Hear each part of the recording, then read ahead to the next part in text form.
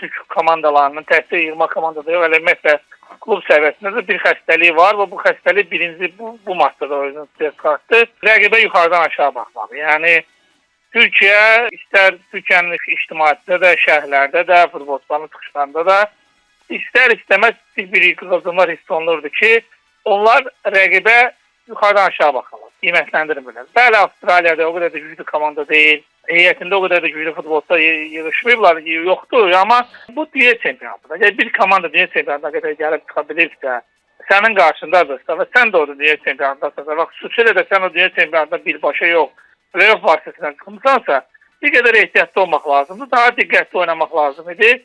Çünki bir şey də bilinirdi ki, Avstraliya çox da hücuma meyilli oynamayacaq, heyəti o qədər də güclü deyil, yəni müdafiədən oynayacaqlar. Yəni ona öyle diqqətli olmaq lazımdır, ələ düşən şanslardan istifadə etmək lazımdır. Bu maçda məşqçidə, futbolçular da belə demək orta sinifdə qaldılar, işlərin ötəsindən gələ bilmədilər.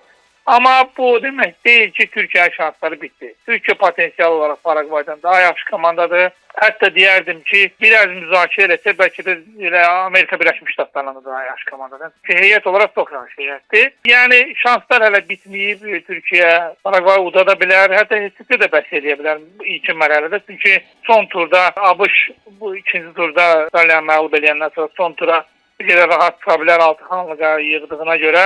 Yəni ikinci heyətini buraxa bilər, ehtiyat qızanı buraxa bilər, orada da udmaq olar. Yəni Türkiyə üçün hələ də heç nə bitməyib, sadəcə diqqətli olmaq lazımdır və Avstraliya ilə oyunda qeydə alınan nəticələrdən, qeydə alınan səhvlərdən nəticə çıxartmaq lazımdır. Mən düşünürəm ki, hələ heç nə bitməyib.